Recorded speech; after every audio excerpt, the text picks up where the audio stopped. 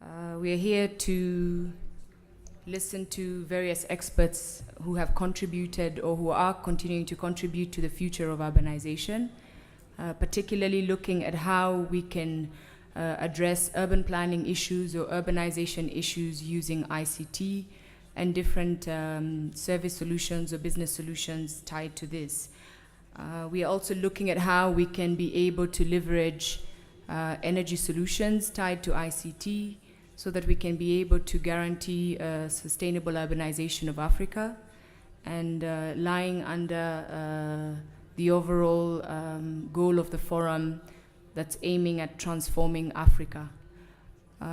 Present here today, we have different experts from different backgrounds, IT background, we have people in energy, and what I will be doing this session is asking each panelist to take 5 minutes to introduce who they are, what they do, and what their company or institution is contributing to urbanization, and what we can foresee as their contribution to Africa's urbanization process as well.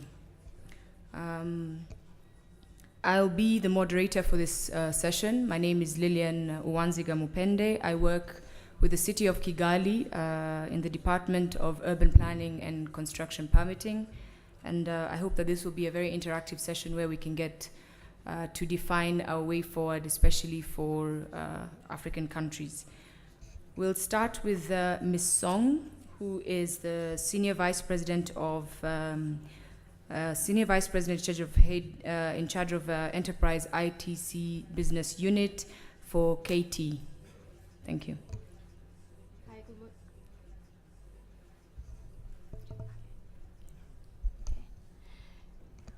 Good morning. I'm so glad to be here with you, briefly give presentation to you and discuss with the smart city collaboration in Africa. So my name is Song. I'm in charge in Enterprise IT Business Group at KT. So I would like to introduce of my KT. KT is Korea Telecom. KT is the capabilities and what we've done for smart city business. So as you can see the slide and both of sides, you can see the slide, okay? So next. So as you know that I would like to introduce the several megatrends. In these days there are several megatrends. You know that globalization and converge and urbanization. So among them, urbanization is a very rapidly growing up and now. So many people is coming into the cities, and many countries have the same experience like the pandemics. So as this urbanization, there are many serious problems, sort of the air pollution and the high crime rate and the other things. So we can reduce that urbanization problems and refine their problems. So smart cities are being considered as a solution to reduce that urbanization problem, as I mentioned about that. So we believe that smart city is only a good solution.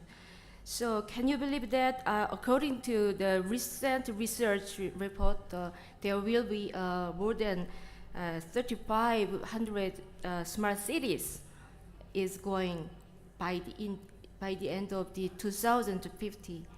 So it's a big growing up in smart city. So Africa is not an exception, I think. And what is the smart city? Next. What is a smart city?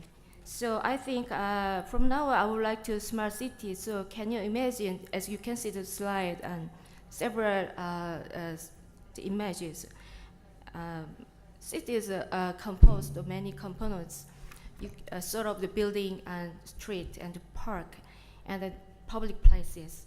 So to implement a smart city, these traditional components and these present components to be changed with the smart system and the intelligent system. So there are many devices, sort of the intelligent traffic system monitors, and also the CCTV and cameras and disaster prevention and sensors, so we can monitor and control that data from the respective smart city. So several components have to change to smart building for safety and security, and at home and hotel and public place and park, and everything, every components have to change with the smart system based on IC infrastructure. So the smart, as you can imagine, the smart city, as previous slide, smart space is a very important solution for improving the human life, quality of human life. So for citizen, next. So for citizen, provide the improve the quality of human life, and for developers and investors to increase the price of land, value of the land, value of the equity, and also that for city operator and for governments to reduce the cost. So this is one of the solution. So what is the KT's capabilities? Next slide can show our KT's vision of strategy of the smart city. KT have built one of the most powerful and intelligent and robust cloud infrastructure in the world by ourselves. So under this strong cloud infrastructure, we can connect to access any kind of digital contents.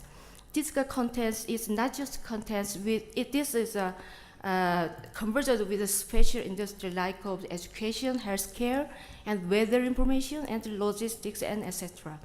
So based on any time and anywhere and any device, you can access that digital contents based on mobile broadband. We call it all IP connective in your devices. So between the cloud infrastructure in the sky and the all IP or broadband in ground, between them there are cyberspace converged with offline space like building and hotel and campus or the street and public places. We call it smart space. And there, smart space, we can feel mixed reality and pervasive experience, so we can create value for our customers. This is our company's strategy. So based on our this strategy, we are providing these several solutions and several services to implement the smart city project. We are focusing on, but in the world, there are many technology provider companies like HP, IBM, and the other companies. But like them, our KT is also the technology provider company and telecommunication company. But we are focusing on the culture and the different lifestyle of different level of human life, quality of human life. So we are focusing on the advanced coordination with the technology, with the each country's, each city's different level of lifestyle, different lifestyle or different level of human life quality. So we are focusing on the advanced coordination. So we have developed a smart framework. The name of this framework is UBCAN. Is using for this to implement a smart city.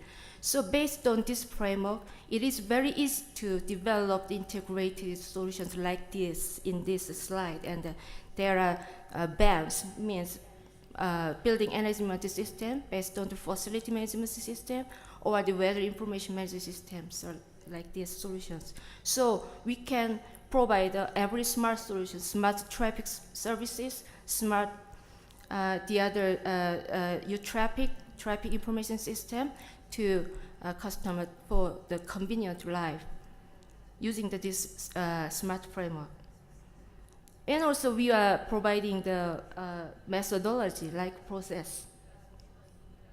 We are providing 5 steps of the process. It can be reduce the time to implement a smart city and also the reduce the cost of the implement the smart city. We believe that, because we in respective this step of this process, there are our knowledge make the different style of the consulting template of the other our experience.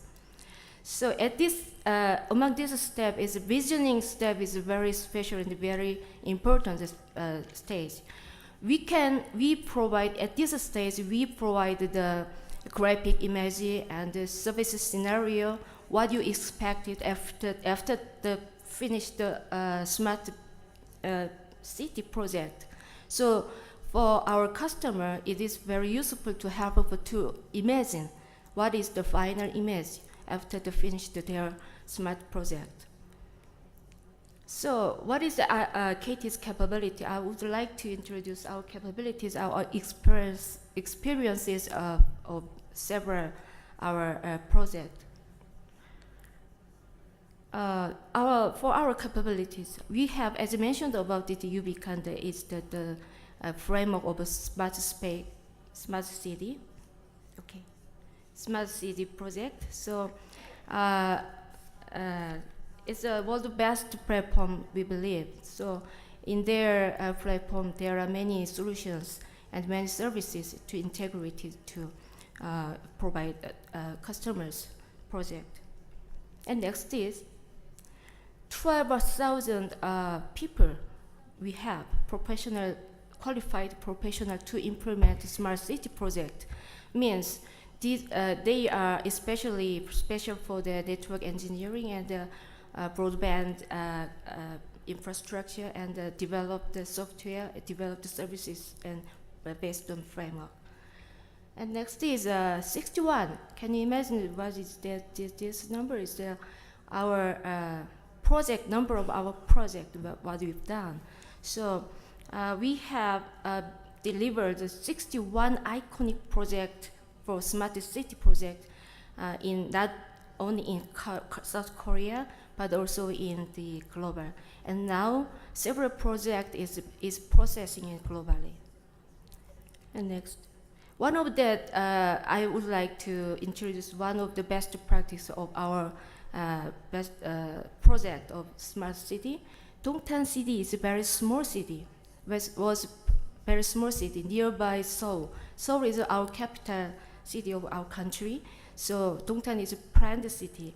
So we finished this project in 2008, and since then we have operating that system for the smart cities of Dongtan project.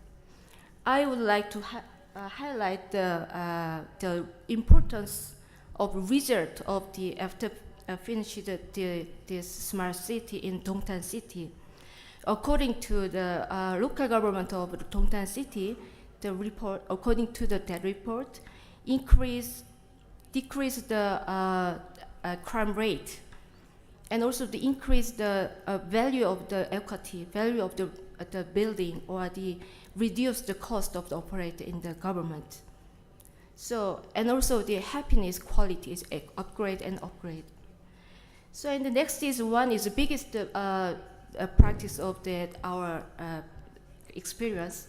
IFAS stands for Incheon Free Economic Zone. So Incheon City is the very biggest city of one of the very biggest city of our country. So Incheon City government is committed to IFAS to make the hub city for international business, for especially focused on the Northeast Asian country.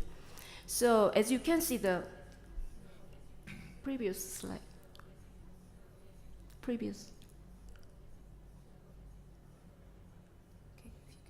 Okay. As you can see that the right side, I write to the information of the IFS project.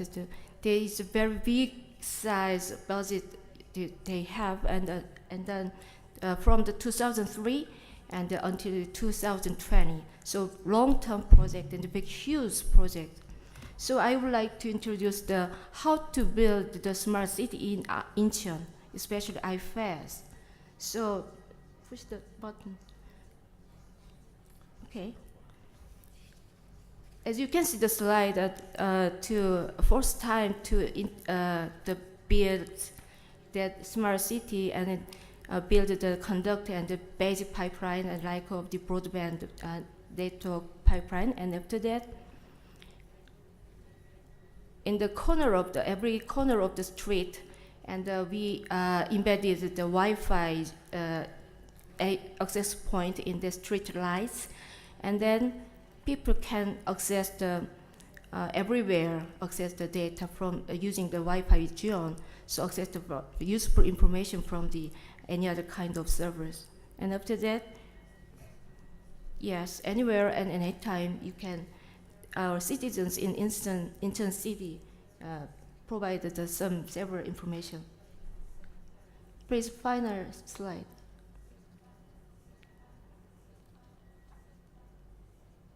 It's not enough time to give presentation to you.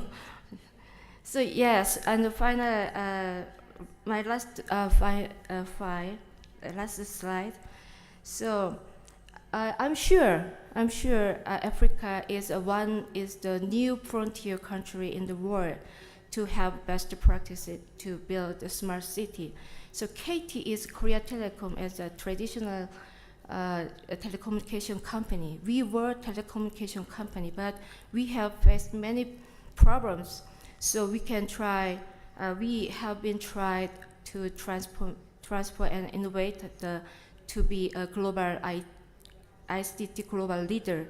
So we have many experience, we have many services, and we have many technologies for implementing the smart city project. So we have passion to contribute in Africa's smart city project. So I hope you in Africa countries, smart building or smart city or smart mall or smart street project will be successful with us. Thank you very much. Thank you very much, Ms. Song.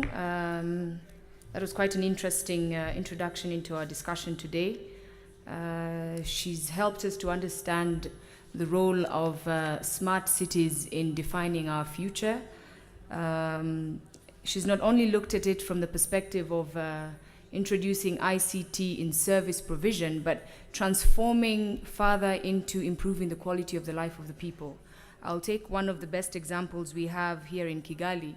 We're now transforming or trying to streamline our public transport system. We're regularizing it. So imagine if we had the opportunity to be able to have real-time information on bus arrival, bus departure. This would be, a very good contribution to the transformation of our public transport system. And this is what KT is offering. And as partners of the government of Rwanda, we hope that in the next few years, this is something we can actually help the people of Rwanda realize over time. Our next speaker is going to be looking much more at how can we do smart city growth without necessarily affecting our environment? How can we monitor, evaluate, and use ICT to be able to see that our growth still gives value to environment, protects the environment, and guarantees sustainable urbanization. Professor? Yeah, is he loading the talk? Moses, our facilitator, Moses? Actually, another way to do this would, if there's a portable microphone, Yeah, I it could would go have over been there and easier, do it yeah. myself. Well, wadushiraho PowerPoint ikurikira, please. Thank you. Okay. All right. Okay. Great. Thank you. Yeah.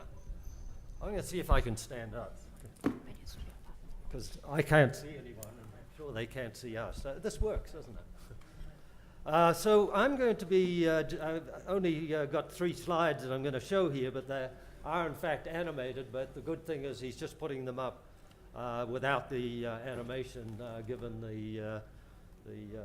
projection problems we have. The point of my brief talk is to say smart cities grow, but if they're smart, they also sustain the environment. That just going willy-nilly and building a bigger and bigger city is not a wise thing to do. Why? Air pollution. The bigger the city, the more the air pollution.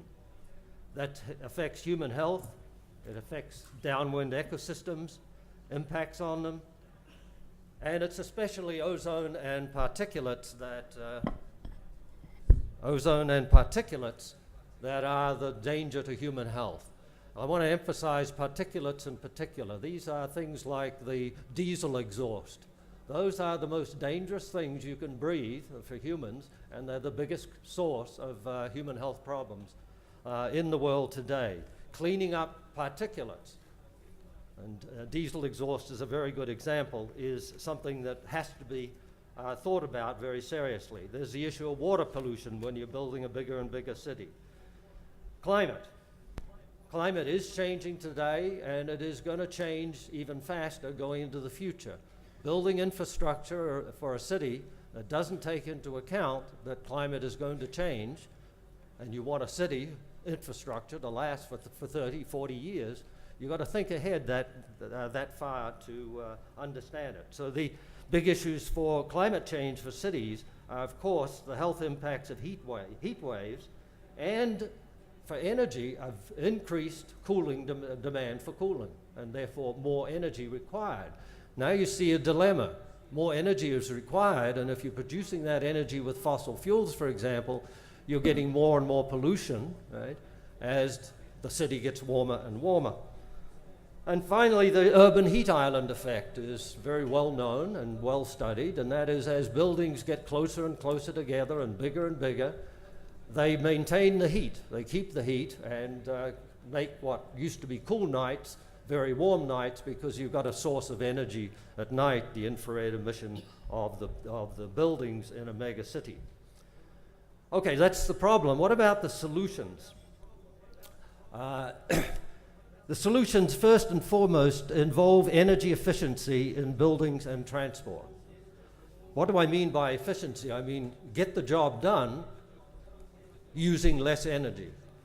And it turns out that lowering demand for energy is one of the cheapest options to lower air pollutant levels and to lower greenhouse gas emissions. And we do a lot of economic modeling and technology modeling at MIT, and that is the single most important response you can have to lowering greenhouse gas emissions and air pollutants, is to improve energy efficiency, and above all in buildings and transport. And what is a mega city? It's filled with buildings and it's filled with transport systems. Develop those very wisely and you'll have an energy efficient city that saves money, of course, and you'll also have a less polluted city environment. Solar and wind energy is very useful. There's a problem of intermittency because of course it doesn't operate at night, and when the wind levels go down, you've lost your source of energy, and you have to think about that. But the biggest problem for those two types of energy at the present time is they cost too much relative to, for example, electric power from a coal-fired power plant. Wind and solar cannot compete on the economic front. So going to large scale, that problem has to be solved. The cost of these really useful renewable energies need to be lowered. That's a technology challenge. Bioenergy is being talked about very substantially, and for Africa, particularly equatorial East Africa, there's enormous potential for a new agricultural industry. That is the growing of crops that are then converted into liquid fuels. And the potential is there for Africa to become the world's biggest producer of biofuels going forward. Has to be done very, very carefully. You don't want to do it by deforestation. That adds a lot of greenhouse gases and pollutants to the atmosphere, and you don't want to over-fertilize in that process of growing biofuels because that causes more greenhouse gas emissions, much more powerful than carbon dioxide. And finally, another solution is build the city with urban forests, as I call them. Trees are a natural air conditioner that nature's given us for nothing, right? The technology is there. Plenty of trees throughout a big mega city helps in cooling. The trees are basically cause convection in the region around them, so they're pulling the hot air from below them and sending it higher up. They also, of course, shading. Those are all solutions. So finally, what are the roles of computers and ICT in reaching these solutions? I should say, in everything I've mentioned so far, there's a lot of data. There's a lot of data about energy and the economics of it and so on. A lot of data and a lot of communication necessary, and the technologies associated with that are going to play a role. But I want to emphasize another type of computer-oriented thing, and that's the computer itself. Very large computers are now being built at relatively low cost. And so now we have the capability to simulate the environment and cities and the global system going forward. So the next two slides, I'm just going to give you a couple of examples. Go to the next slide. And just, yeah. So when I hold my hand up, you will press the button. Does he understand? No. Okay. Can we have Moses, So yeah, somebody. our facilitator? Okay. Anyway, I will keep moving here. What you see here is called a map of the integrated global system model at MIT. There's a website at MIT, a huge website that you can go to. Just go to the MIT website and look for and put in global change, and you'll get the website for. No, you've. Okay. Yeah, Moses, if you could facilitate us with the PowerPoint, please. He's skipping or a I bit could too- stand over there. Yeah. Thank you. It's going to be difficult to go through this complicated diagram here, but at the top red box, that is a model of the economies of all of the major countries in the world, with enormous detail in their energy and agricultural sectors and their producer and consumer sectors. There's trade among all of the nations. Associated with that human activity is the emissions of air pollutants, greenhouse gases, and so that affects the model that's below that, called the Earth System Model, and that's computing air pollution in urban areas. And you'll notice that the urban areas are one of the components of the Earth System Model. Is urban areas are separated out from the general atmosphere, the ocean, and the land. Why is that? It is because large cities are becoming big contributors to environmental problems, particularly to air pollution and to greenhouse gas production. And a poorly designed city that's using a lot more energy than it should be using is contributing to not just to local pollution, but to regional pollution, and of course, through greenhouse gases, to global pollution. So please don't develop cities that are not smart, and a not smart city is a city that is producing huge amounts of pollution. It's bad for the people living in the city, of course, but it's bad for all of the neighbors. And the bigger these get, the worse it gets. So smart cities have to take that into account. The integrated global system model does calculate the climate, forecast climate and air pollution going forward, so you can try out ideas as you develop a city to say, if I develop a city with these energy demands, and where will I get the energy, and all of those details, and then project forward and ask, are you going on a sensible pathway? So as Africa urbanizes, and it is going to urbanize, my message is make sure it's done in an environmentally sustainable way. And what you also find is that if you do that, it then becomes economic to do that, because you're avoiding big human health costs. I give the example of Beijing, for example, in China, as a city that is facing this problem, and they have to do something about it. And in many ways, good planning could have avoided it. But it's something that costs a lot more if you try to solve the problem after it's already there. than if you look ahead and see, I will try to avoid that problem. Professor, if we could Yeah. move on, thank you. So the final slide, if you can get it up, could you? One problem that I'll give you as an example, and I'm making the point here that don't think urban areas are isolated from the rest of the global system. And I'm giving an example in this final slide, which you can't see, of course, on a tiny screen, but there's a map of the world there, and that's the human world, divided up into countries and regions and continents and so on. Can I have the next press? You can calculate, as the world goes forward, you can calculate what the demand is for water, for example. And that demand comes, of course, first and foremost, we need water to grow food. But what about all of the water that is used in a city area, would be used in a biofuels industry, and so on, going forward? There's a component of a resource in the world that most people don't realize is constrained. Unlike energy, we can keep producing there's more and more energy, but water is constrained by the amount of evaporation that occurs, and then it pours down, and that's it. That's what we have. And as you build mega cities, you've got to plan the water. You need clean water, you need ample water, and you're in competition with biofuels, with food crops for that precious water. And that also has to be recognized, that the city doesn't develop in isolation from its environment. Press another button, please. We can also calculate, as you build the megacities, the pollution that they add into the system of greenhouse gases, air pollutants, and water pollutants. And we can use the integrated global system model to then project forward and say, how bad is the pollution going to be in the region of the megacity and downwind of that megacity, where it'll be polluting the people who were innocent in the process of producing the emissions will suffer from the pollution. One more press, please.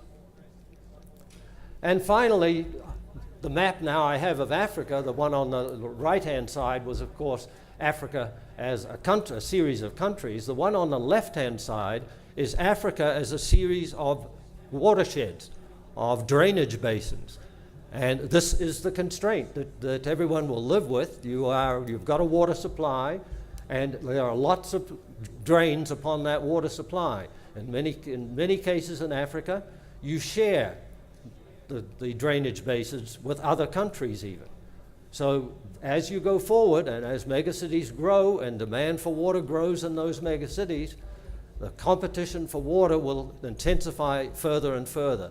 My final message is, it's all connected together. You can't talk about urban development without asking, what are you going to do in rural development? What crops are you going to grow? Are you going into biofuels? What is the source of water? What is the source of fertilizer? What are the energy demands of all of these activities? Cities need services. The rural areas provide the food for the city. So where is that coming from? What will the prices look like? If you want to find out much more about this, the website at MIT that is there, it's just MIT with /global change put after it. You can get onto that website. You can download 400 or 500 PDFs of special reports on many of the subjects that I've just very briefly touched on. So please go to the website. Everything is free. And I hope you see it as a resource as you think about urbanization in Africa. And my final word again, let's have it environmentally sustainable. And let's also realize that urban cities, urban areas are connected to rural areas, are connected to the oceans, to the atmosphere, and so on. And the world is, in that way, an integrated system. It isn't a bunch of isolated megacities. Thank you. Thank you, Professor. We have a lot of data we can use to be able to leverage sustainable cities. We have a lot of technology and solutions and ideas and principles and innovations that we can use to be able to drive our urbanization. But one then begs to question, how are these standardized? How do we get them to be interoperable so that they can be able to feed into each other and contribute to an overall mission rather than work in isolation. So our next speaker, Mr. Sri from IEE, will help us understand how we can be able to standardize these solutions, how we can be able to standardize this data so that it can be able to contribute to how we define our future urban centers. Thank you. Thank you. If we could try to keep to the 5 minutes. Yeah, thank you. Anyway, my slides are not projecting, so. Okay, I will take the cue from Professor Quinn, and I will stand up and talk. It's difficult to sit and talk when I can't see the audience. Are you guys able to hear me? Yeah, good. So anyway, my slides are projecting on my laptop, so I can talk through it. I don't know how many people are aware of IEEE. IEEE stands for Institute of Electrical and Electronic Engineers Association. So we are the largest professional association, and we have about 400,000 members across about 160 countries. We also we have various verticals. We have one vertical on standards. We have the largest publications where most of about 30% of publications cite IEEE articles when they release transactions and journals. We also hold about 1,200 conferences across the world. If you look at 1,200 conferences, that is about 4 conferences happening at any given point of time in a day. That's quite a tremendous amount of activity. And one of the things we are really good at is building standards. As Lilian said, I think interoperability is becoming extremely critical, especially these days. Technologies are not isolated. Whether you look at cloud computing, e-health, mobile health, smart grids, there is an interplay of various technologies that are coming together, and I think it's extremely important to look at these technologies not in isolation but together. So what I will talk a little bit about in the 2-3 minutes that I have is the importance of ICT and what role it plays in smart grids. Okay, I think one of the key word today is about building a smart grid environment. And what does smart grid mean? I think that is extremely aligned with what smart cities are. We have the traditional power infrastructure, and what IEEE did about 4 years back is they recognize the fact that the power is not going to be isolated. So you need power to work with communications, with ICT.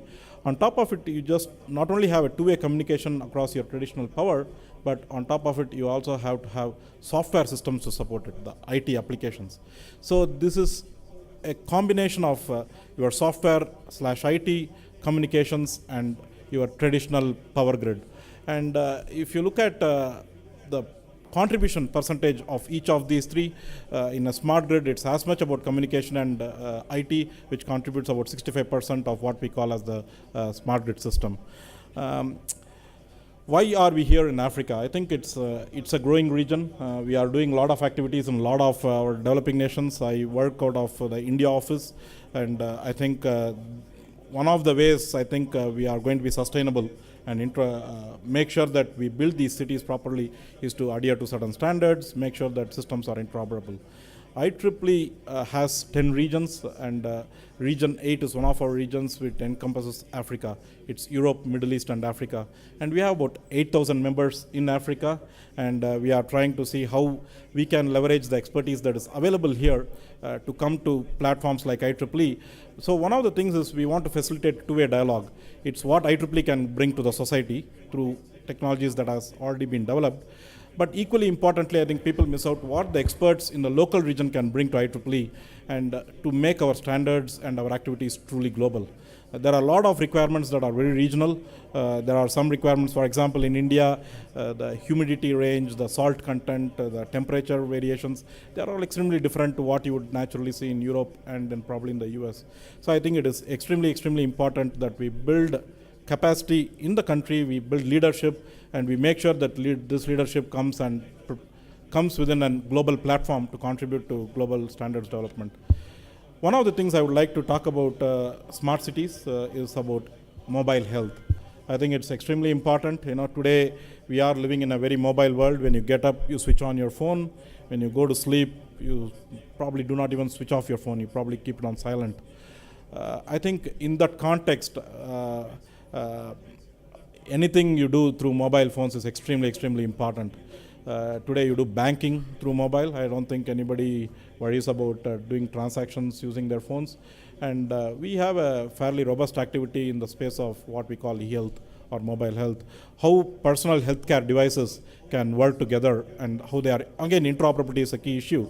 There are various standards that are there in the space of mobile health, how they can all collaborate together, how you can have a remote doctor, because in Africa typically and in India also, there are a lot of remote sites. You cannot, you have to figure out how we can leverage technology to take the technology to the people.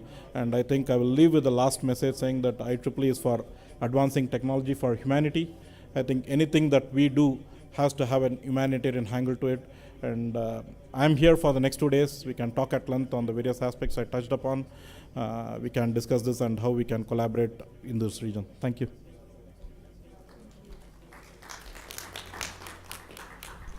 Thank you very much, Mr. Sri. That was quite informative, brief, and to the point.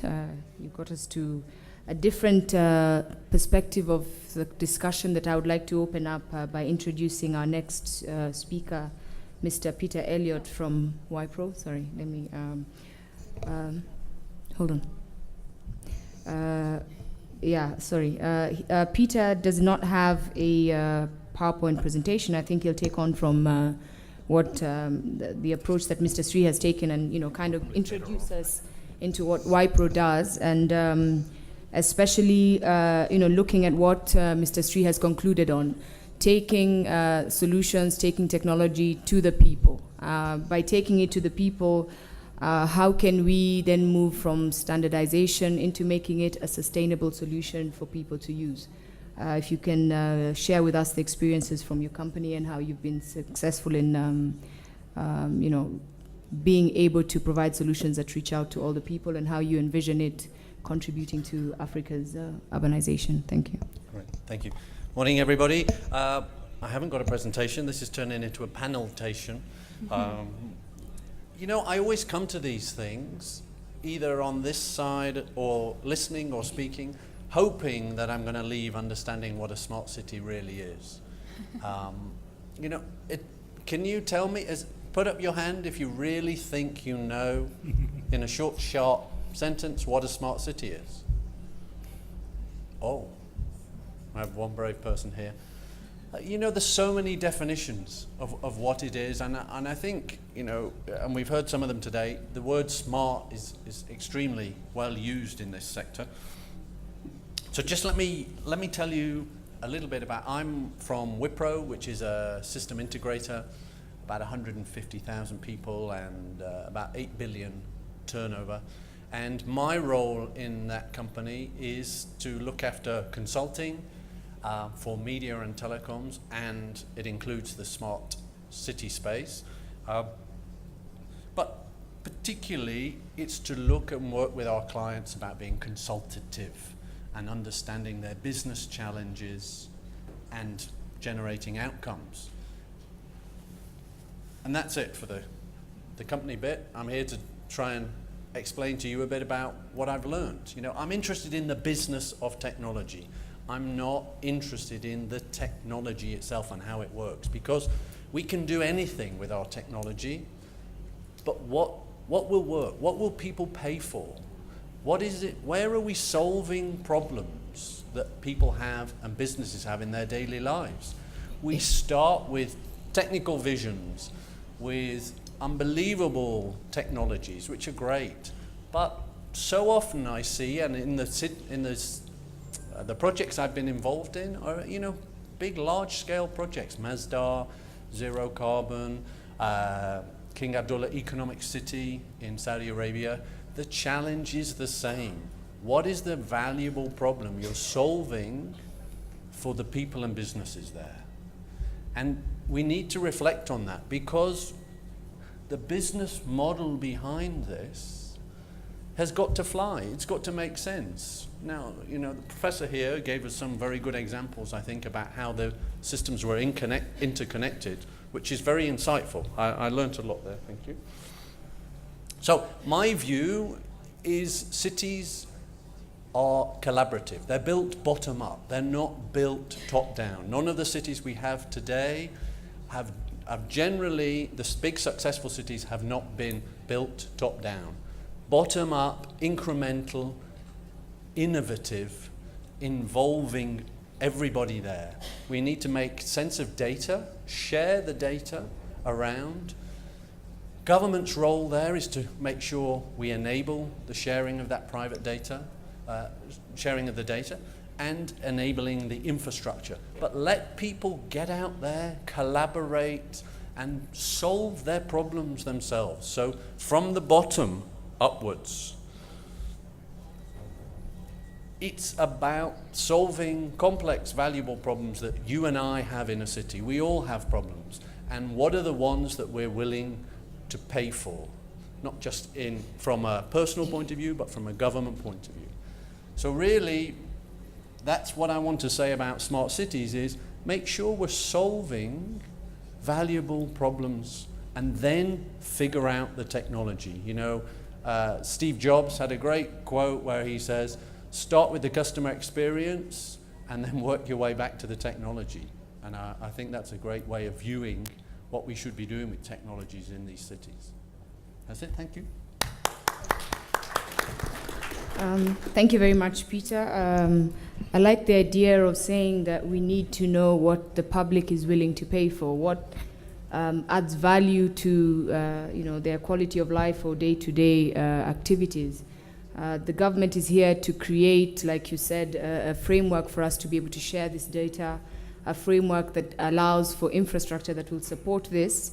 But at the end of it, are we actually addressing a problem that's outside in the public, or are we just introducing solutions that might not be tailored to our people? I would like to use the example of one of the key projects we have ongoing under the government of Rwanda and the city of Kigali, where we have introduced a land administration information system, which has given us an online access to clear cadastral data of property ownership. This is one of the basic things that underlies urbanization in a country, and for the government to have successfully been able to systematically register all the land in Rwanda and make it available online for the public, it's quite a big move forward. And then in addition to that, through the city local development mandate, they've further gone on to have the city master plan completed and also made available to the public online. So this means quite a lot of the underlying services that people need to be able to transact in purchase of land, development of land, real estate, and the key things that contribute to urbanization are, right there available to them online. So it's quite one of the or two of the cases that I can say where we have had a successful impact and a successful feed into the requirements of the public. Previously, it's been that the master plan was not available, people were not informed of what rights of development they had, what rights of ownership they had, and we've now transformed that so that there's clear e-governance, there's clear e-services, obtaining a construction permit also offered online. So this kind of ties into what you've just been telling us. How can we be able to make sure that our solutions are actually answering the challenges of the people we are here to serve as a government or as different private sector entities? I'd like to introduce our next speaker, Aniela Kuzon from Next Energy. She comes from a company that is focusing on looking at how we can address mobility needs and looking at how mobility can be tied into easy access of basic needs and basic facilities that we require at close proximity, and leveraging once again on the ICT framework to be able to provide the required backbone. Thank you. So Next Energy is a technology accelerator in Detroit, Michigan. So when we think about something like a smart city, we think about what are the technologies that we'll need to build it. So if you go to the next slide. A lot of times people think of a smart city just as technology, But the idea that we try and think about is it's really about having a high functioning city. So when you have a high functioning city, all of the different components work together, they're interdependent, and also you have better access to information, so you can have good decision making and you can use resources more optimally. So a lot of times when we think about something like this, we look at it as the system level, how all of the components integrate. And we've heard many of our kind of expert panelists talk about this. At Next Energy, we look at it a little differently, recognizing that each of those components are opportunities for technology innovation and business growth. And in the context of a smart city, this is really important because small businesses often provide a lot of the jobs. So I just want to kind of briefly mention, I think, 2 opportunities within the context of a smart city where there are opportunity for technology innovation and business growth. The first is digital tools, providing citizens access to things better. The second is the components of sustainable infrastructure that are needed in order to make that happen. Go to the next slide. So I've had the honor for the last 3 days to be part of the Youth Summit that is working with 25 African startups to think about how to use ICT to create companies. And it's been really interesting because a lot of them have brought up needs, just like my colleague just mentioned. I can pay for my electricity with my mobile device, but I don't know when it's going to turn off. There's a lot of university students who are missing exams because they have no notification that the schedule changed. So these are problems where access to information is creating a need or inefficiency. And what's cool is that digital tools can provide a solution and in that way also create a business that creates jobs. So one of the examples, actually a youth startup from Kenya, created a company called, I think it's Fish Farmer. And the idea is that if you're a fisherman, you need a couple pieces of information to help run your business better. One is the local conditions. So for example, how can you avoid endangered species?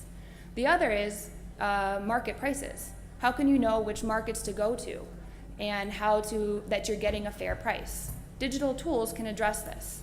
And these are things that young people, entrepreneurs, can actually provide.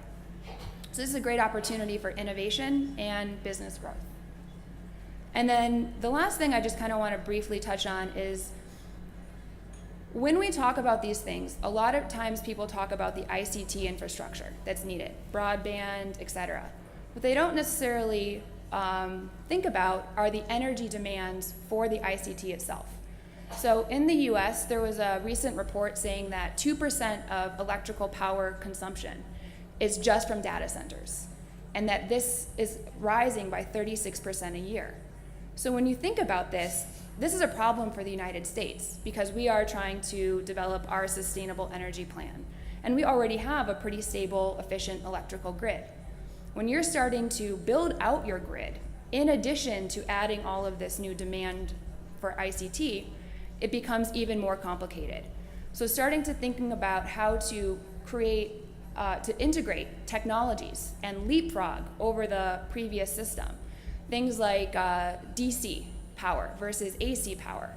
Working with a company in Michigan that has DC power systems. And what they found is that DC power systems or DC data centers are 15% more energy efficient than AC power. These are the types of solutions that, as we think about the context of smart city development, are important to incorporate. Things like distributed power assets are also important. If we start to build out the same type of grid we had in the United States or Europe, it's very expensive and it can be vulnerable to disaster, to shocks. Thinking through, is it an opportunity, again, to leapfrog and take new technologies around solar or distributed power management where you can have hubs of energy and manage them more efficiently as opposed to the traditional system. So kind of putting all of this together. Again, a lot of times when we think of even something like smart transportation, we think about a huge traffic operation center where you have cameras and they're monitoring all of these different pieces. And that's really important.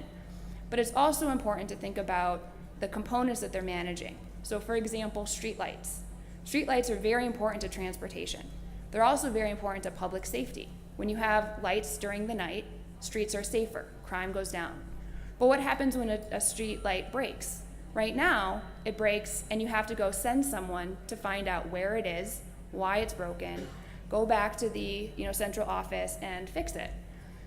If we can start to, again, invest in these components that themselves are smart, where the streetlight can actually communicate when it's broken, communicate why it's broken, as a part of an overall system, it then enables the maintenance to be streamlined. You send one person, they have the right tools, and it's very easy. And I just kind of want to leave you with this slightly different perspective so that as we think through smart city development, it's not just how to put the pieces together, it's also what are the pieces that need to be there and how can we leverage those as opportunities for technology innovation and especially business growth. And not just bringing those technologies from abroad, but using local companies to start providing these solutions. Thank you very much, Aniela. She's quite clearly put it forward. Smart cities are defined by their innovation and capacity to be highly functional through the different ICT solutions. But then one asks, how do we then make it sustainable? Are we actually able to power this level of high functionality? And it brings us strategically to our next speaker, who comes from Orun Energy, that is looking at how we can be able to use energy efficient solutions to still be able to power our IT solutions and our different broadband systems. Thank you. Thanks a lot. I'd like to put everything into context in terms of what all the earlier speakers have said, and put it in the context of African cities today, the reality. So first of all, I'd like to twist the sort of slogan of the conversation to the future for smart cities, connecting the dots. And I say connecting the dots because the tools for connecting the dots are already with us. It's this. So there's a lot of things we can already do by starting now and putting people at the center of the whole smart cities matrix.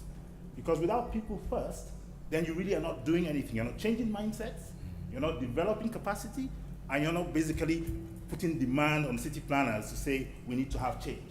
Because urban planners come with a particular mindset, and it's typically top down. This is what we think you need.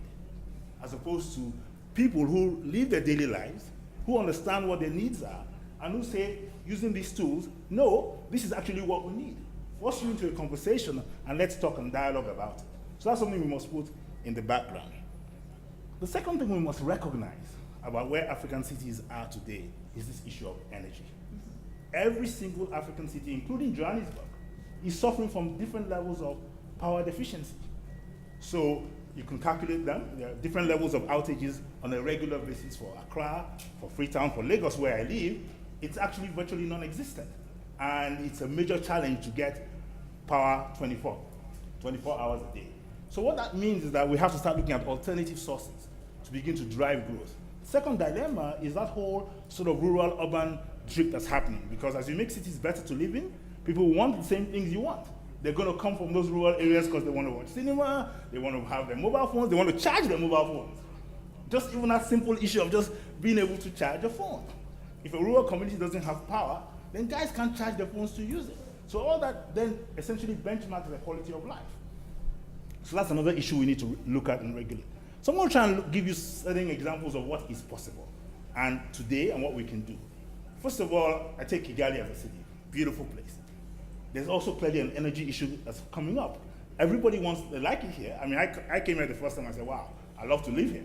But then when that begins to happen and investors begin to come up and bring their manufacturing plants, the demand on energy begins to rise. And the growth of an energy plant takes 5 years to build an energy grid to the levels where you can actually say it becomes stable. But meanwhile, in that same 5 years, the demand has even grown again. So you're always in a catch-up mode. So what can we do here? We can take homes and develop homes into microgrids by getting them to use solar panels, increasingly give them incentives. So when you look at incentives, you look at carbon credits, you could probably have a payback of 7 to 8 years on your home. Maybe it adds another $90,000 to the cost of a home, but it delivers easily 15 kilowatts of power. If you do 1,000 of those homes, you've got 15 megawatts buffer stock sitting there that you can feed into parts of the grid where necessary. And then that's where ICT also plays a role. Because then ICT is able to say, okay, where's the demand and where's the supply? Where are the lags and where do we push this energy towards in terms of how we use energy? Then at the bottom of pyramid, because we have LED technology that's really, really accelerating and innovating. So now you easily have 100 lumens of light bulbs with solar, no wires, no grid extensions. They can also charge phones. And then you get your bottom of the pyramid markets to begin to deploy these solutions more and more. That takes less pressure off the grid as well. So there have to be solutions that we can look at today to begin to resolve the challenges we have. Let me tell you, they're not going to solve all the problems. But by starting now, we start to create that shift in mindset, understanding the importance of energy efficiency, understanding the importance of change, and then that begins to get people to understanding that, you know what, we're at a point where we're using energy better. Because as the professor said, the first key parameter is energy efficiency. When you can reduce the amount of energy that you require, and that investment doesn't take that much to do, as opposed to, and you can get results immediately, as opposed to building grids out that will take 5 years to build. So I think that the most important thing is a shift in mindset. Africans have sort of, we've all grown to believe that energy is just there. It's a resource we can depend on all the time. But the reality is it's an extremely scarce resource. And it's getting more and more expensive. It costs $1 million to build 1 megawatt of grid power. I mean, this morning on BBC, they were talking about the Inga Dam 3 and saying that South Africa is going to invest in Congo and they're going to build out this grid. It's going to take 7 years to get done. In that time, people are going to grow the demand for energy. Investors are going to come into Africa. Africans are going to demand more energy. In Ghana in 1992 to 97, once the grid started getting built and people started making money, air conditioners is what they first started to buy. An air conditioner consumes 8 times the power of a single home. And once that happened, they ran quickly into a power problem again. And we've gone through cycles of that in Ghana over time in the last 20 years. So we do have an energy crisis on our hands, and how we shift that thinking using ICT better to better intermediate demand and supply. Thank you very much.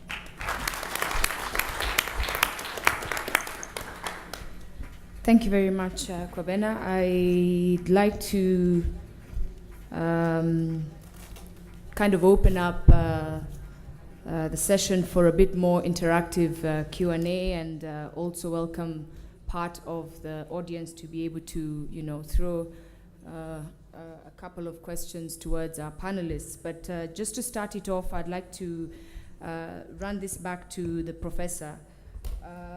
Just as Kwabena has said, the energy consumption continues to increase, the energy demand continues to increase, and then one starts to ask about different approaches that have been applied to urbanization. We see a lot of cities take up the idea of secondary cities, which I think is also one of the solutions that Rwanda is looking at to kind of decongest what is going on in the city of Kigali as a capital city. We see some cities such as Nairobi take on a much more global scope and become a metropole.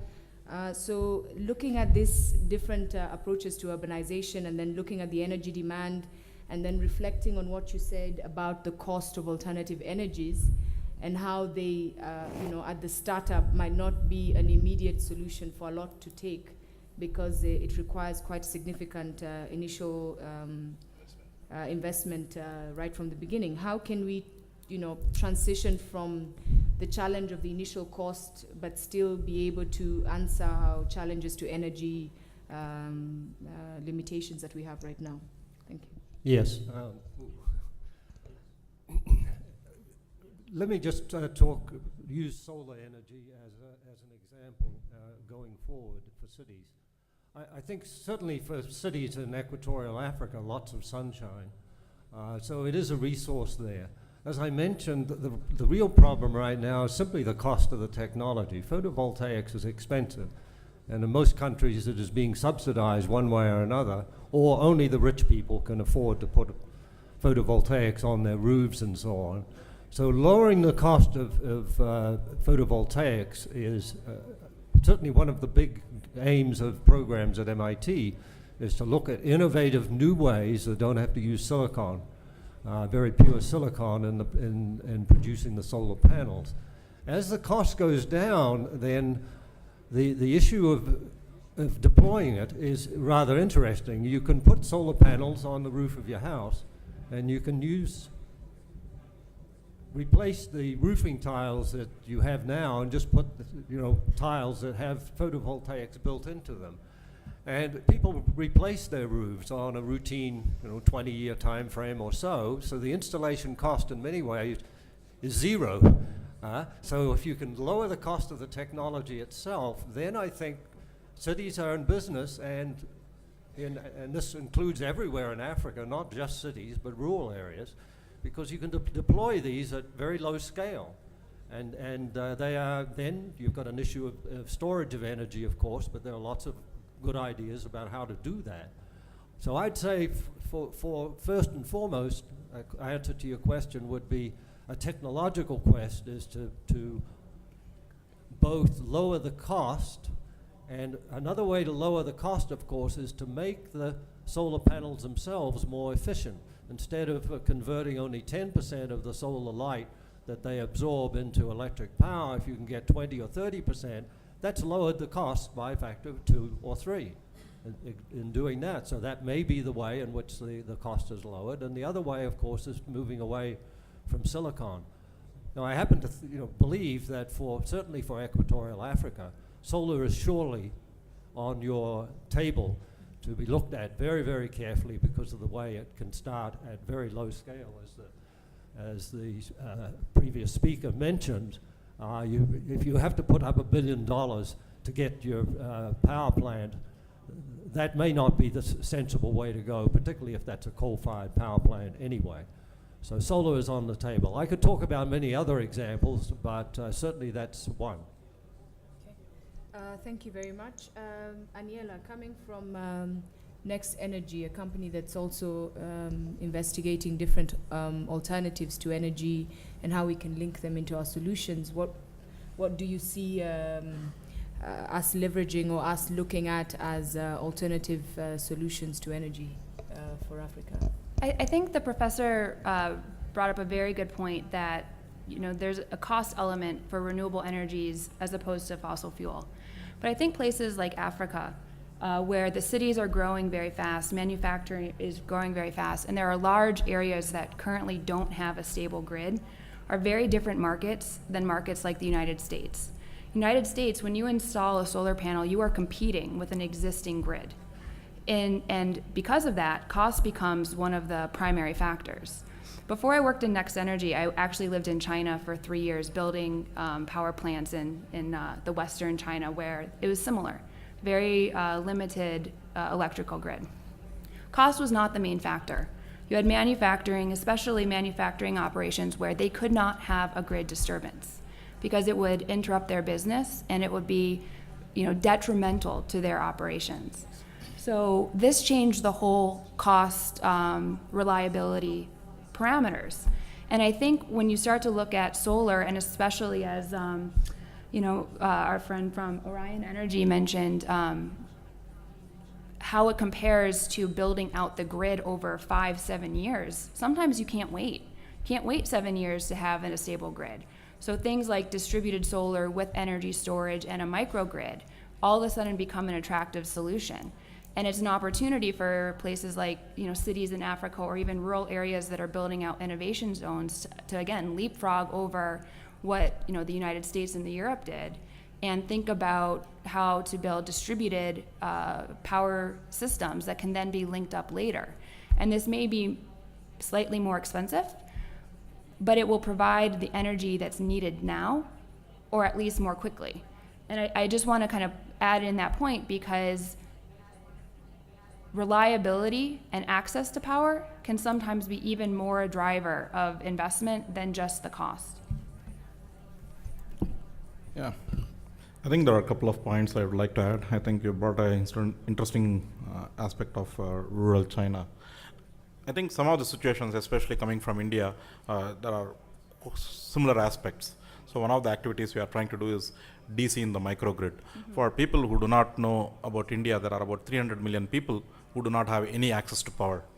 But if you look at what the telecom industry did, we have about 800 million cell phones. So we leapfrogged certain technologies. We skipped the pagers. We went to mobile phones.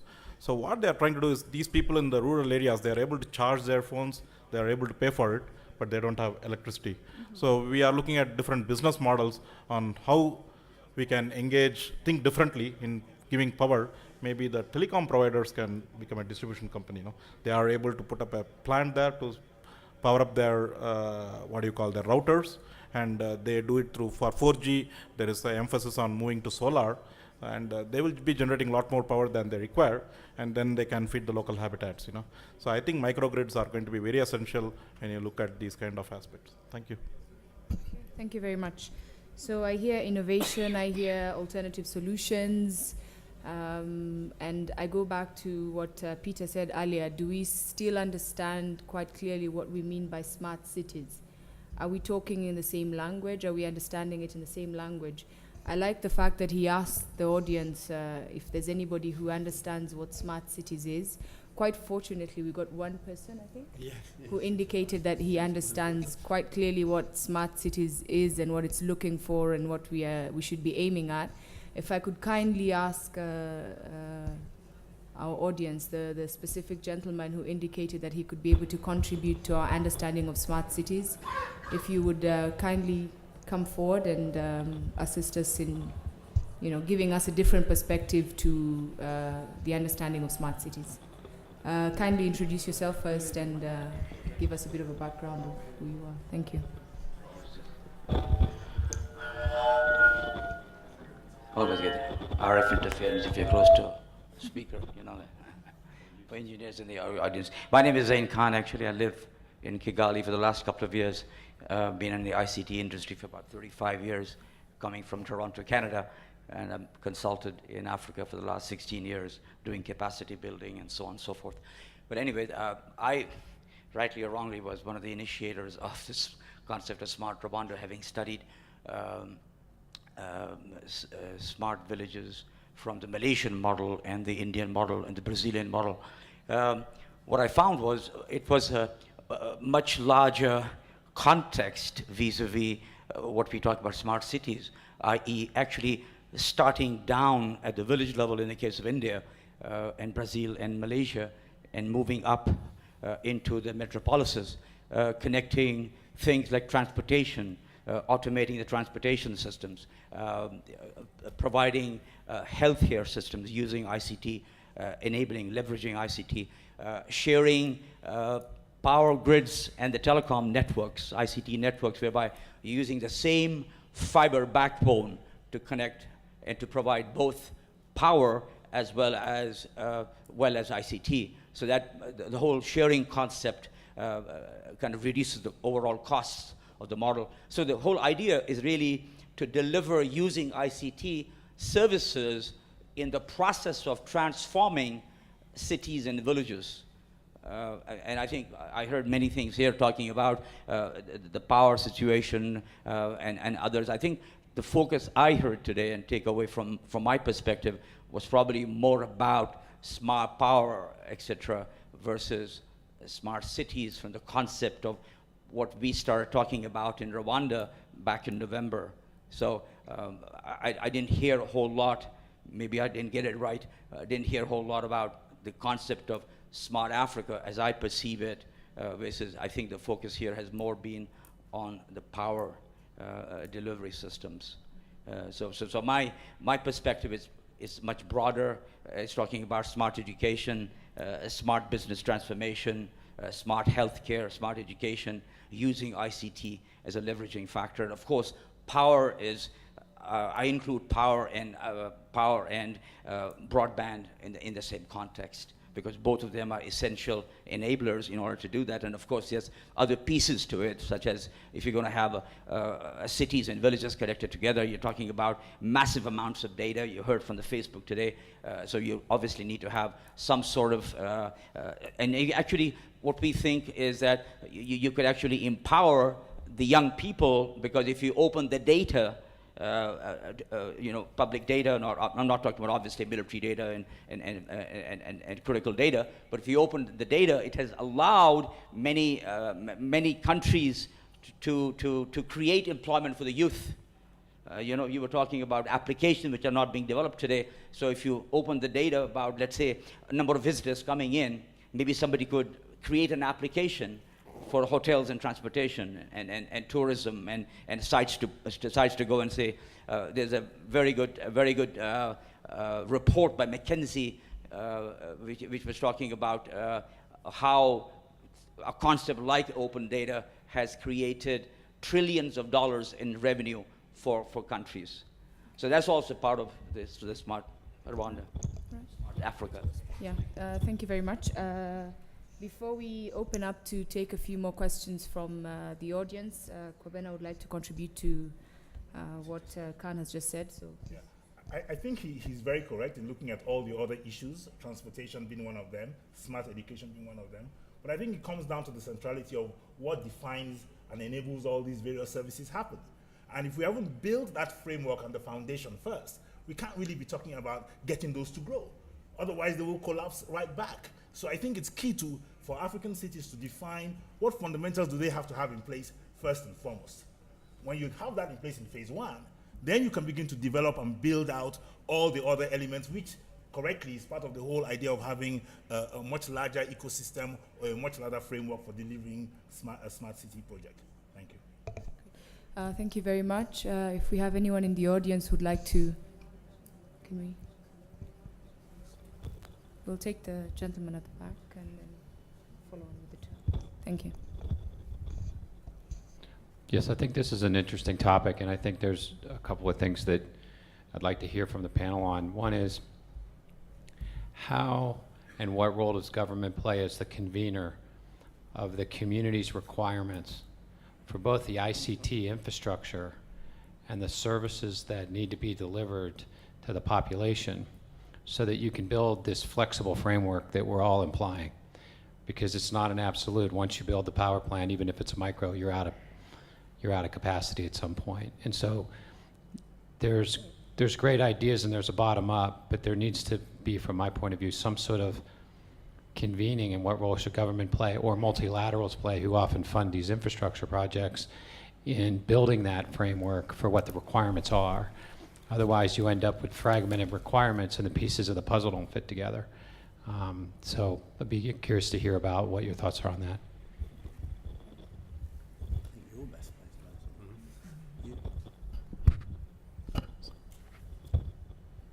Can I take a shot at it? Are you first asking the questions? Or? Yeah. Okay, we don't answer.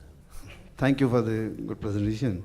See, I just wanted to say, when you define smart city, it is state of art of technology as well as you're using clean environment.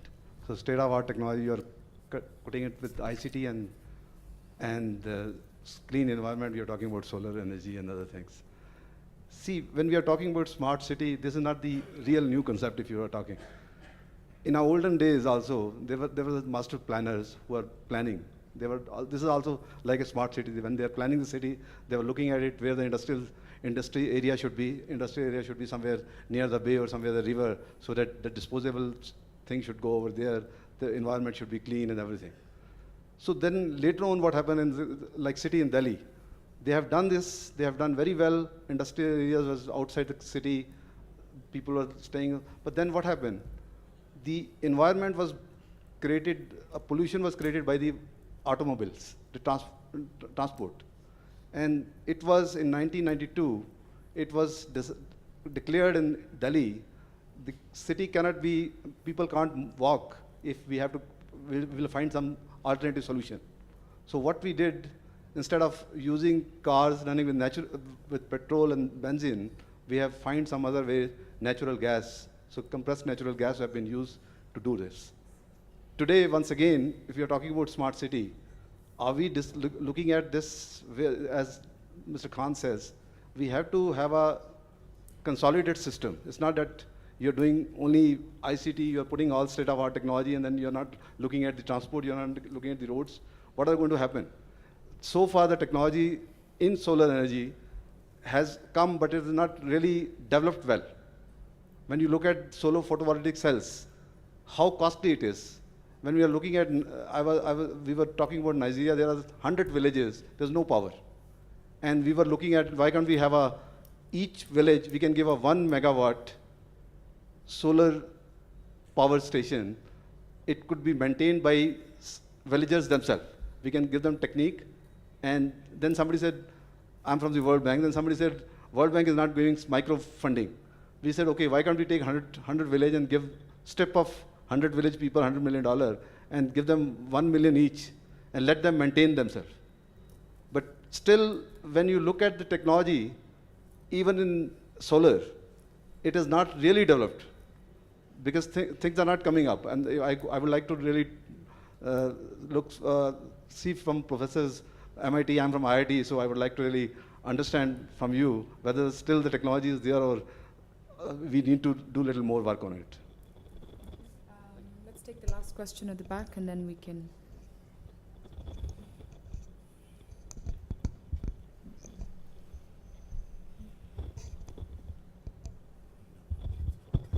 Thank you. My name is Patrick Mwesuga from Uganda, and I want to thank all the panelists for those very interesting presentations. Now, the more I think about this notion of smart city, the more I think probably it might be easier and wiser to start a new city from scratch in a green area than to attempt to convert some of our cities, like Kampala, where I come from, where there's lack of energy, congestion on the streets and so on. Wouldn't it be easier probably to start a new city in a green area than to convert some of these unplanned cities we have today in Africa? I thank you. Sorry, there's a gentleman at the back He's leaving. Oh, excuse me, sorry. Unfortunately, he's left us. Okay, one more. Gender balance. Let's take the lady at the front and then please. Thank you.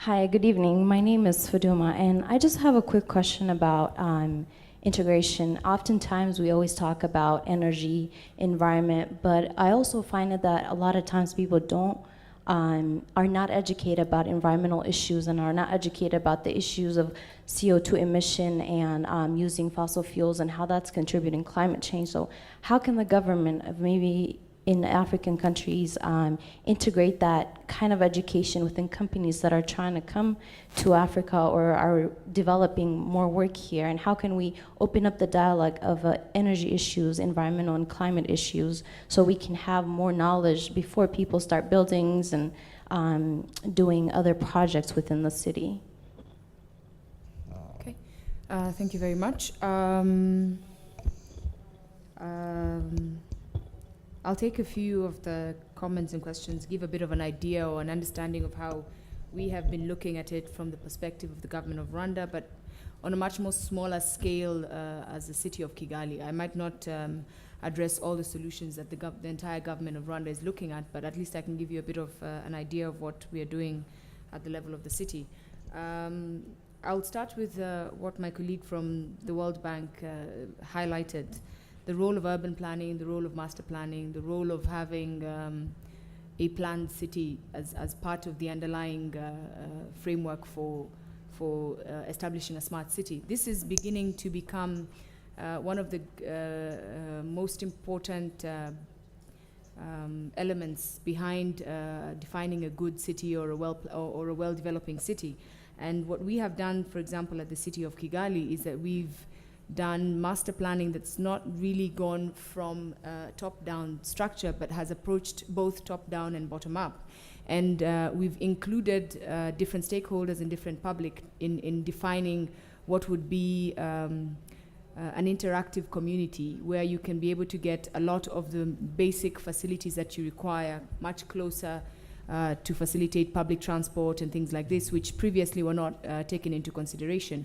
like you said, you'd have an isolation of heavy industry completely in isolation from everything else that's going on in the city, and yet you require a large population to be employed within that framework. So what we've started looking at is having what we call the neighborhood development structure, where you have more integrated communities with all the basic facilities, more consolidated rather than a clear delineation of different land uses. We're having a more interesting approach of trying to have mixed use developments, mixed use activities, where possible, to be able to give a good interaction of people and even users, ultimately feeding into the public transport. I'll go to what my colleague from Uganda also asked about. City from scratch, in my personal opinion, I don't know how efficient that would be, because once again, it brings us back to the fact that you'll be abandoning an existing framework that you could be able to build upon. I agree that if you have a lot of greenfield land available, you can then start to develop what we call the model city or model towns or neighborhoods, but without necessarily neglecting an already existing framework, because this framework is something that you can turn over or transform, which is, you know, what the underlying theme of this conference is. You can transform it into something that can be able to improve our cities and maybe transition us over time into a smart city or into a smart environment. Education and how we can be able to communicate with the public, get people to understand energy issues. I agree, it's very crucial, but I'll let some of the panelists feed into that, especially someone like Peter, who's been involved in trying to identify business solutions or solutions that feed back into the economic aspect of growth of cities. But before I do hand over to him to be able to give us a bit of insight on this, the role of government, I think, is to be able to look and to make sure that we have standardization. As my colleague said, you have to have a standard, you have to have a system that allows for cross-cutting interoperability. You have to make sure you are able to establish the trunk infrastructure that's required. And then most importantly, which is something we continue to hear and to understand from a lot of the speakers throughout the summit, is then to be able to educate the public. I think the CEO of KT this morning quite adequately put it. He said, you might have the system, you might have the mobiles, you might have everything and make it affordable, but then at the end of it, do the people, know how to use this? So the most important thing after you've put in place the major infrastructure is to be able to educate the people, sensitize the people, and get them to understand how this will, ultimately transform the quality of their lives. So Peter, if you could just shed a bit of light on how you think we can be able to, share the whole component of education, capacity building, human capacity, and link it to the business aspect of this all. Thank you. Okay. So as you heard, I'm a fan of bottom-up.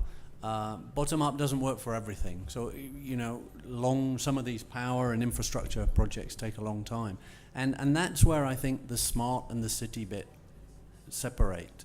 The government, in answering the government role, standards, infrastructure, fantastic. You should be developing those parts and sponsoring them, but just get out of the way on services. Just please stop fiddling, thinking that we can sit in a room somewhere and invent great stuff. We can't.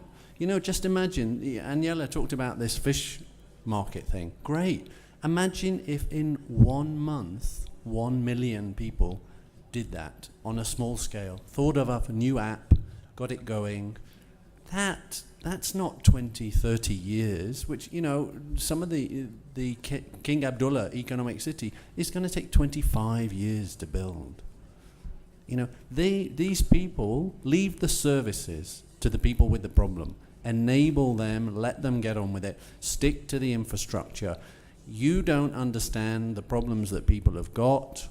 They don't understand how complex it is to put a power or broadband infrastructure in place. Stick to what you know, and we'll see a lot more development a lot quicker. And that's from not me being facetious, but from learning these smart cities in the business cases, we continue to struggle to find revenue streams. Where are nice little revenue streams thought up by consultants and saying everybody needs to know what time the supermarket opens so the fridge can connect, da, da, da. Is that wasn't a problem people had. They told us about different things. So my insight really from all those very expensive developments is stick to the infrastructure, provide the enabling role, and get out of the way of thinking we can think up what all these services that people need are. Okay, great. As we're running out of time, I want to ask all the panelists, we'll take it from my right, going down to the professor. I'll give each of you 1.5 minutes. I don't know if we'll manage that, but tying back into the theme of the summit, we're trying to transform Africa. And as Peter has quite rightly said, let's get the people involved in the whole process. Let's get them to be part of defining the solutions that we require to be able to develop a smart city. So along that line, let's hear what your final word to our audience here today would be. How can we then achieve this transformation? I'm sorry, given the Lilian. overall Yeah, view? I have one let me comment. just interrupt. Sorry, that's our facilitator. Let me see. Yes, please. Before you wrap up, Yes. I don't know whether you answered her question, and I thought you'd be the best positioned person to answer it.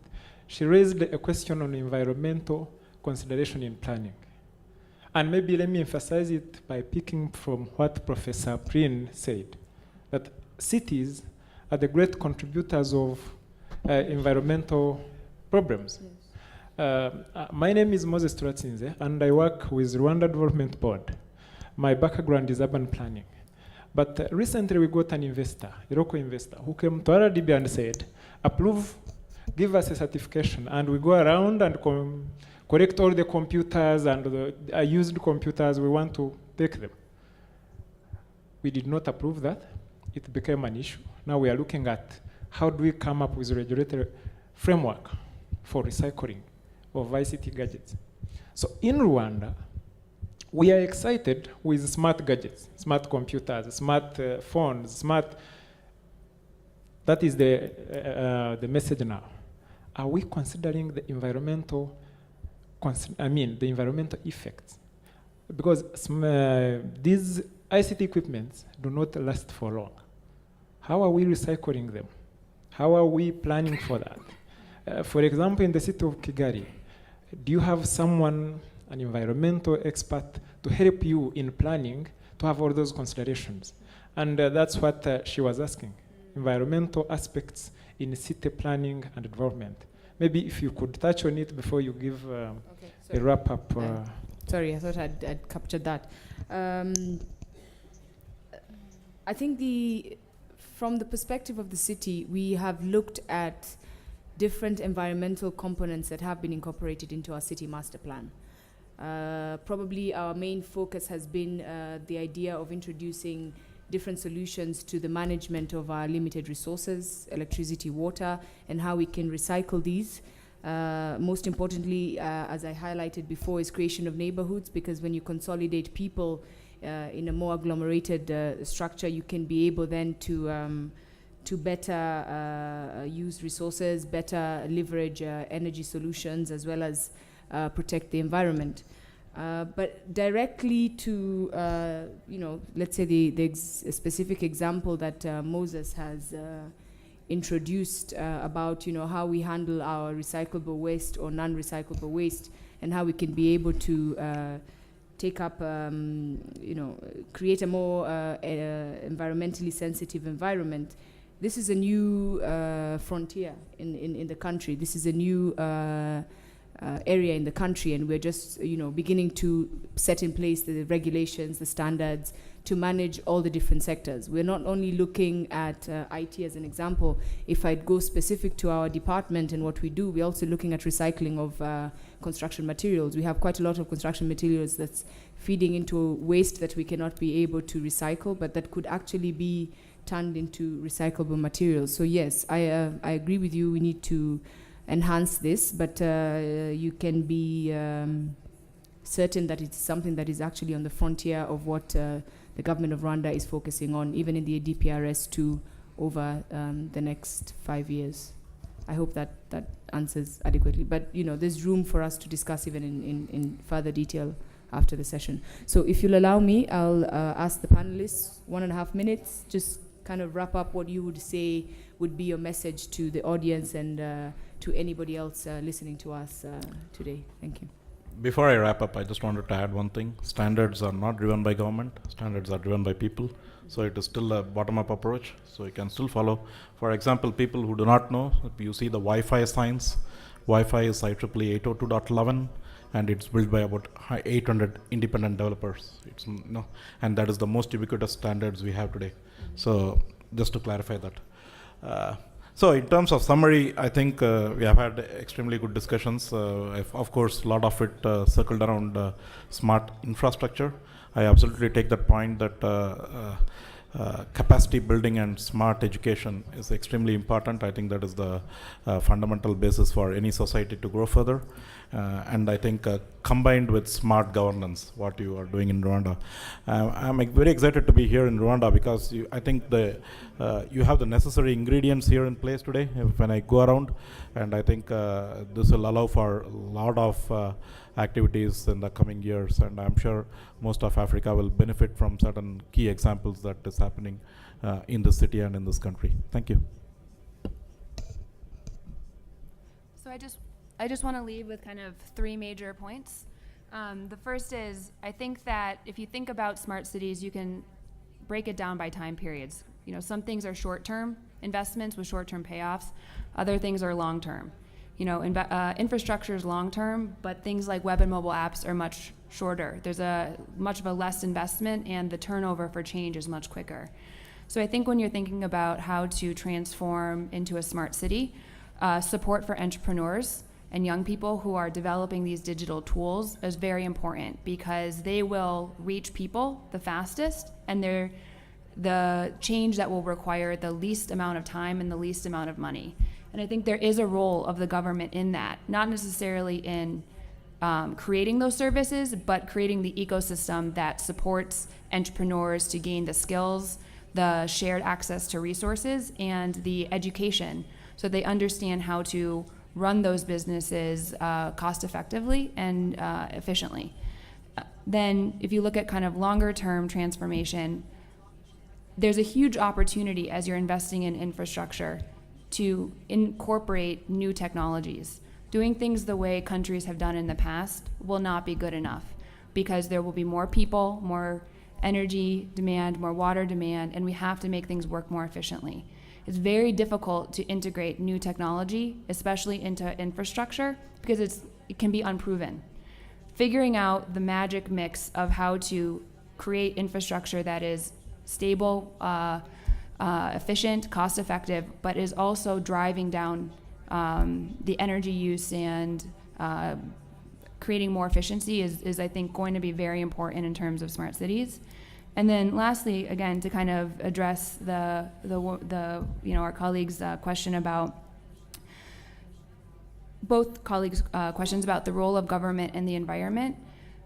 Not only are standards and protocols very important, but regulation is as well. And I'll give an example. Each country has its own government. The role of the government is different. But for example, in the United States right now, all of the major automotive companies are investing in energy efficiency, fuel efficiency technologies. If you talk to a car company, one of their main drivers right now is, I need to make my cars more fuel efficient. Why? Sometimes they're even selling cars at a cost. They're not even making a profit because they need to develop this technology. The reason is the US government, among many other countries, have created a regulation that by a certain time period, they must reach a fuel economy standard. These types of regulations can accelerate industry investment towards certain clean technologies. And that is also a very important role of the government, because if it is not included, then the private industry can sometimes just go after the consumer convenience and the most cost competitive. Taking off from what Enele has just said, I think one thing is critical, and it's change. We cannot continue to do things the way we're doing them. The argument about solar, it's solar versus diesel. And it's clear as to which one is more expensive. and which one is more unsustainable. Because you look long term, in 5 years, you have a plant that's running on diesel all the time, which is what the typical person will do when he doesn't have grid power. He will switch on his generator. The pollution costs, the delivery cost of the diesel, and the cost of the diesel itself, which largely has remained fairly high over the last 5 to 6 years. So the issues are clear. We have to find innovative ways for financial models to work. We have to tap into clean energy bonds that are sitting out there in Europe and the States and looking for good projects to fund. So we have to really, really change mindset. And that's the critical issue here. But then we cannot continue to do things the way we've done them in the past. Thank you. Simply, you know, there's a great opportunity in Africa. And I would like to, you know, it's not London, it's not New York. And that is a positive statement. What you have to do is you can learn from those places, but can I ask you to only listen to 20% of what those people are telling you and spend the rest of that time innovating, because you know Africa, you know what the challenges are, and you are best placed to do that innovation. So there are some lessons, but please don't listen too hard.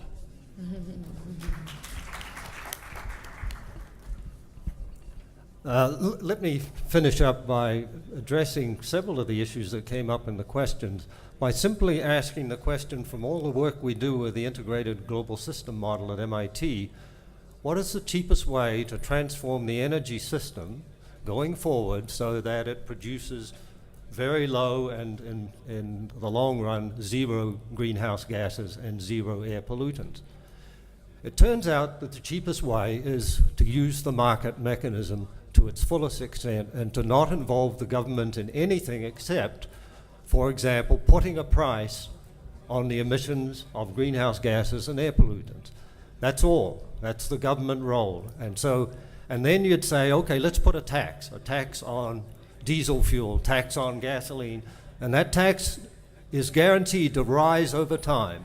And then let the market do everything else, the private sector do it. You are not betting on any horses at all. All you're saying is, I'm going to tax the bad, which is these pollutant emissions. I could say the same for water pollution, and I could say the same for the recycling issue as well. What would drive you to recycle? It's that you get charged if you don't, and you dump it in a dump, you get charged. So the simplest role for the government is simply to say the polluter will pay, and then use that revenue from the government to literally lower income taxes, both for individuals and companies. Just make it available. And then that turns out to be the cheapest way. With a lot of research we've done at MIT, the most expensive way to transform the energy system in a city and in the global picture is to mandate percentages of various technologies. That turns out to be the most expensive, and it can be 2 or 3 times more expensive to make the transformation. So that's my final message, is make it a market mechanism, and the role of the government is to prevent the bad and not to make all of the micro decisions. Let the private sector innovate to solve the problem, because they'll see, I'm going to have to pay more and more money for fuel going forward. There's going to be a big market for solar, for renewables, and so on. And you provide the innovative incentive in the simplest possible way, and it turns out to be the least expensive. Thanks. Okay. I'd like to thank all the panelists for the very good presentations and their interactive contribution to our theme today. I'd like to thank the audience for being available for start, and then also for being, unfortunately we were not able to have a much more longer session of Q&A, but for those who were able to give us a bit of their feedback and ideas, it ultimately feeds into the fact that it's not, as His Excellency the President Paul Kagame said yesterday, I believe, it's not a luxury anymore, it's a necessity. So we have to find a way to incorporate this into how we develop our cities.